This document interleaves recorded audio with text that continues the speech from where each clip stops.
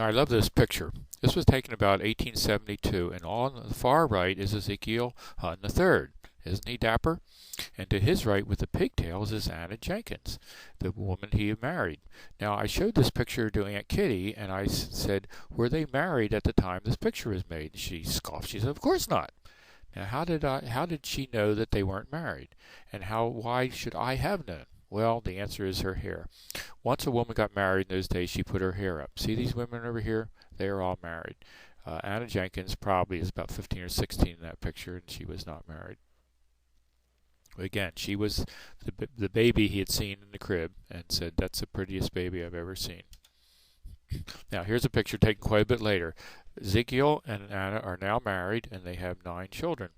And this is their children, plus some of their children's spouses and their grandchildren.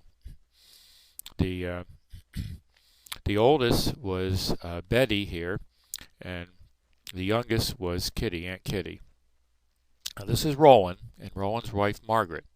And their oldest at the time was Uncle Bill. And this is Mary Ann, the mother of Ben Keller. This is Ezekiel Hunn IV. This is Charlie. This is Ignatius, who married Betty. And then Ned and Roland.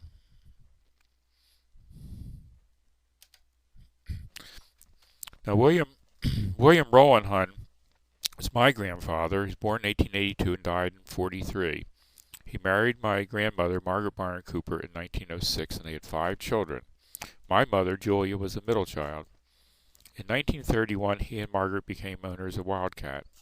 And he was also very interested in genealogy, which has been a big help because he left a lot behind about genealogy. Now, Rowan was probably one of the best model boat makers in the country. And this was his prize piece, the Asia, which he made. It took him 14 years to make it, and it eventually ended up in the Franklin Institute.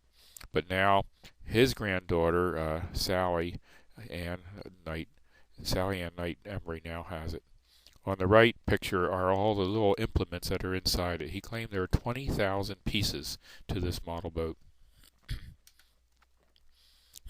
He put together a book called Hunn Handicraft.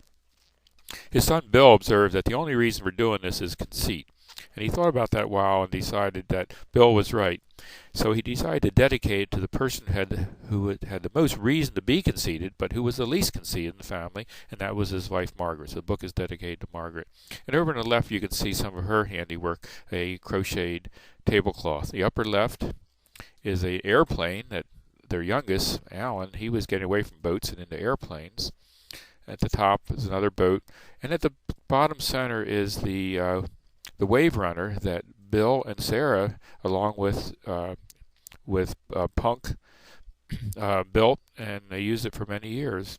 Lower right are the cups that my mother Julia won. She won a typing championship for all of Delaware County. Now this is Roland and Margaret's family. In the front, sitting down, is Alan Hunn, who became the owner of Wildcat, my mother Julia, Margaret, and Roland. Behind them on the left is Sarah, Bill, and Babe, whose real name was Margaret but went through life being called Babe. And this is Aunt Kitty. She was born in 1899, and she wrote the history of Wildcat. As I said, she started writing in 1941, but she never published it. And she was the 9th child of Ezekiel Hunn. After Aunt Kitty died in the early 1990s, I acquired her typescript copy and computerized the Wildcat history. And Ben Keller, who lives in California, was a great help because he not only was a great writer, but he knew a lot about family history. And Ben is the child of Kitty's sister Ann. He's the only living person from that generation of Hunns who descended from Ezekiel II.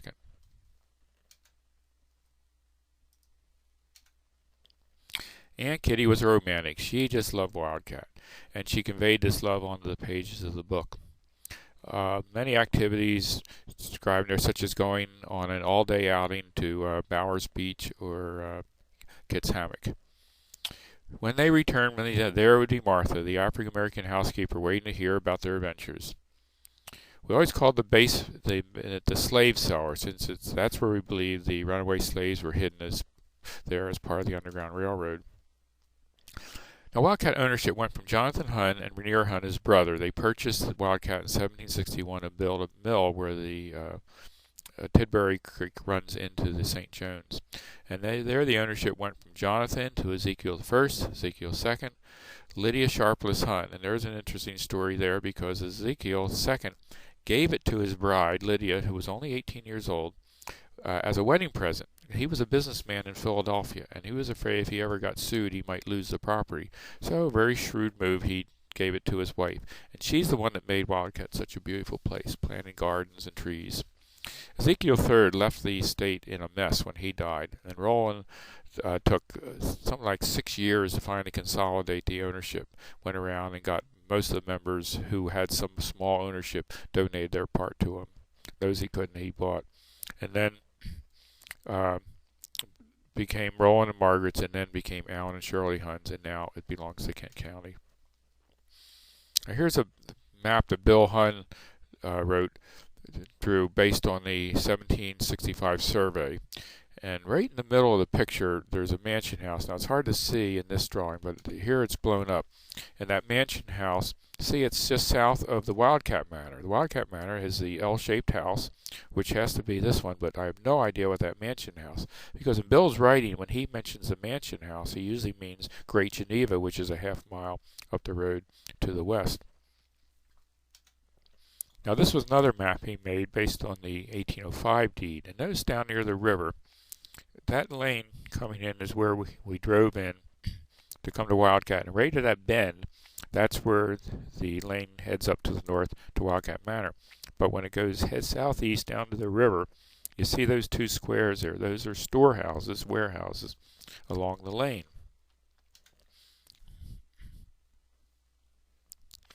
But in this 1822 plat map, notice there's two warehouses there down by the river, but they're lined along the river rather than along the lane. I don't know which is right. But more importantly, over the left, see those two houses that are colored partly in red? That was the beginning of Huntown. Eventually it became 4 and maybe as many as 7 houses along there where African Americans lived for a very long length of time.